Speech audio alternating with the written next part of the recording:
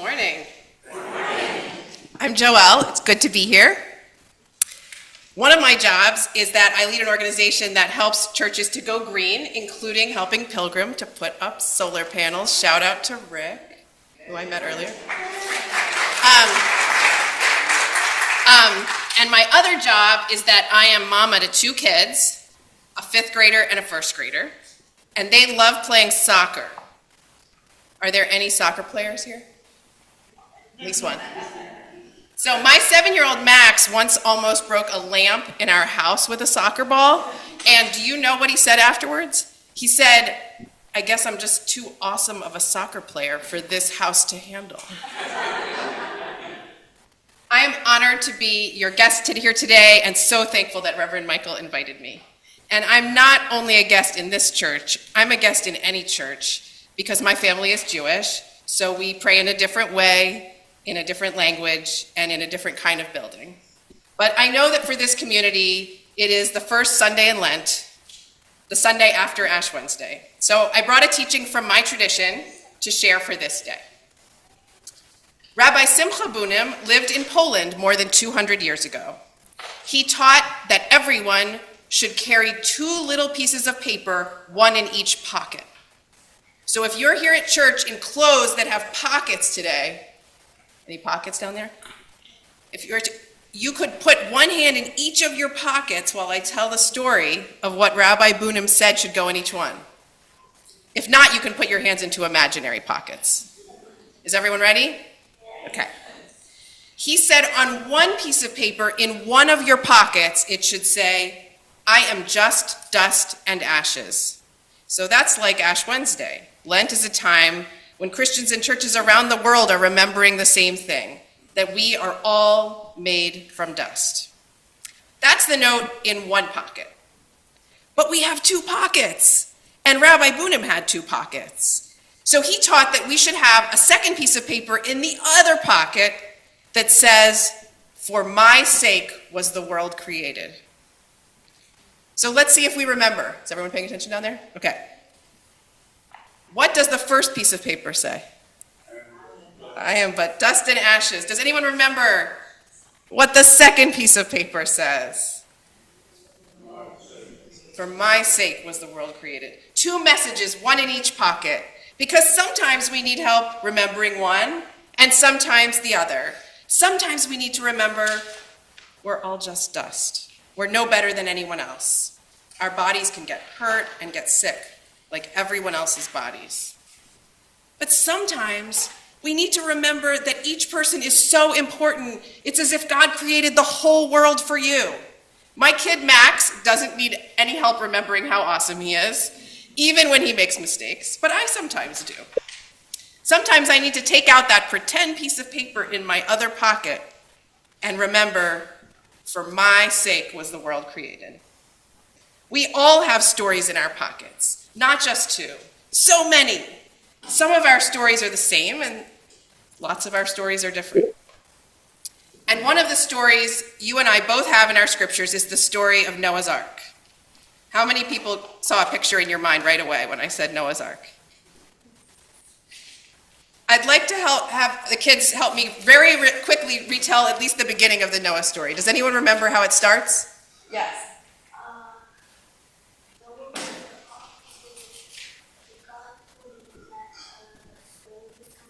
Beautiful. Noah built an ark because God told him that a storm was coming. That's absolutely the beginning. Does anyone want to add anything about what happened next? Who went on the boat? Yeah. He took all the animals. Did he take every single animal in the whole world? No, it was more selective than that. Yeah. He took 2 of each animal, a boy and a girl. Right. 2 of each animal, a boy and a girl, and that was enough to preserve at least the species, hopefully. Right? Perfect. So,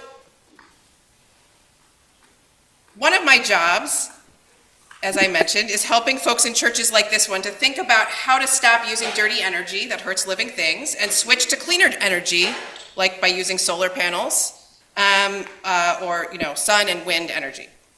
And in the Noah story, only God could make it. But today, people are polluting the air and messing up the weather. Power plants burn oil, coal, and gas. And since the time when these kids' great-grandparents were kids, people have been making energy by burning fuels, and all of those fires are pouring a blanket of pollution over the sky, heating up the whole world.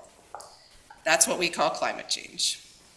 So heating the world with pollution like that causes stronger storms and changes the rain and makes ice melt, raising the ocean, bringing floods. And some types of animals and plants are already having a hard time living and growing with all of these changes happening so fast. So some people wonder if Noah's Ark might be a good story to take out of our pockets for this time.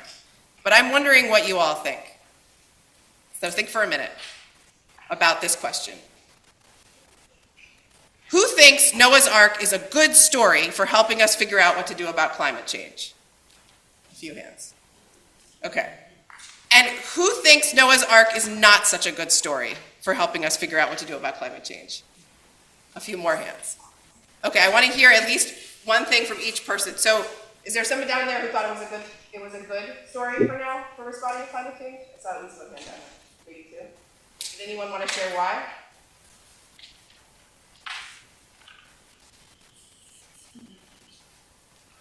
I mean, Noah tried to save some animals. He tried to listen to God faithfully. Those might be good examples for us now. I saw some hands back here about it not being such a good idea, and not such a good story. Does anyone have any thoughts about why? Yeah.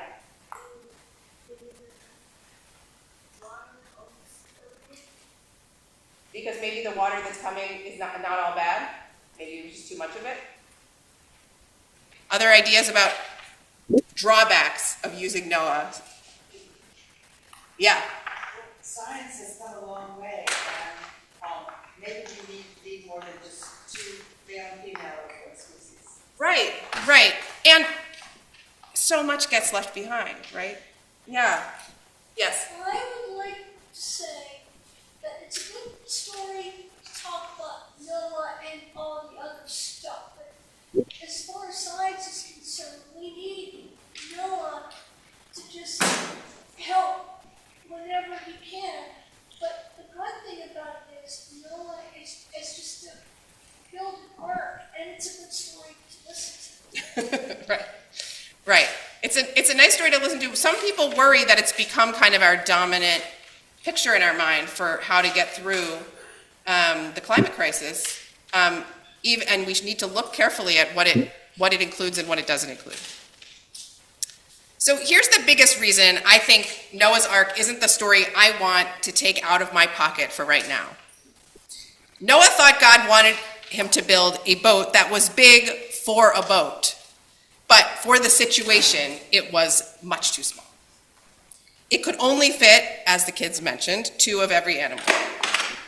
When I zoom out the picture in my head, I have to think about all of the animals and plants and people who probably didn't fit onto the boat, and I feel sad about that. Noah must have left behind so many awesome animals and good people as it started to rain. The strong storms caused by climate change are scary, and actually there are a lot of scary things in the world right now. Not just scary to kids, scary to grown-ups too. So I think we need to reach into our pockets for the biggest stories we can. Stories so big that everyone can fit in them. I want to remember that I am awesome, and so are you. So let's take our hands out of our pockets and put them on our heart and really feel and know this. Is everyone ready? The world was created for your sake and mine. Sometimes, when we're scared, we take scared stories out of our pockets, small boat stories that tell us we have to save ourselves and leave others behind, or stories that tell us Noah might pick someone else and leave us out. So I'm going to keep that small boat story in my pocket for now. Instead, I'm going to reach into the other pocket and take out a bigger, braver story. I want to invite everyone to turn to a neighbor And tell your neighbor, I won't leave you behind. And now turn around the other way and tell your other neighbor, I won't leave you behind.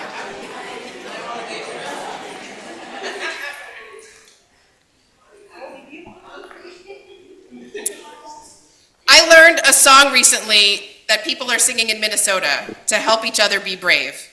And we're going to learn it right now, and then we're going to sing it a little later too. So repeat after me. It goes, no one is getting left behind this time. No one is getting left behind this time. No one is getting left behind. No one is getting left behind. And then we're back to the first line. No one is getting left behind this time. No one is getting left behind this time. You're awesome.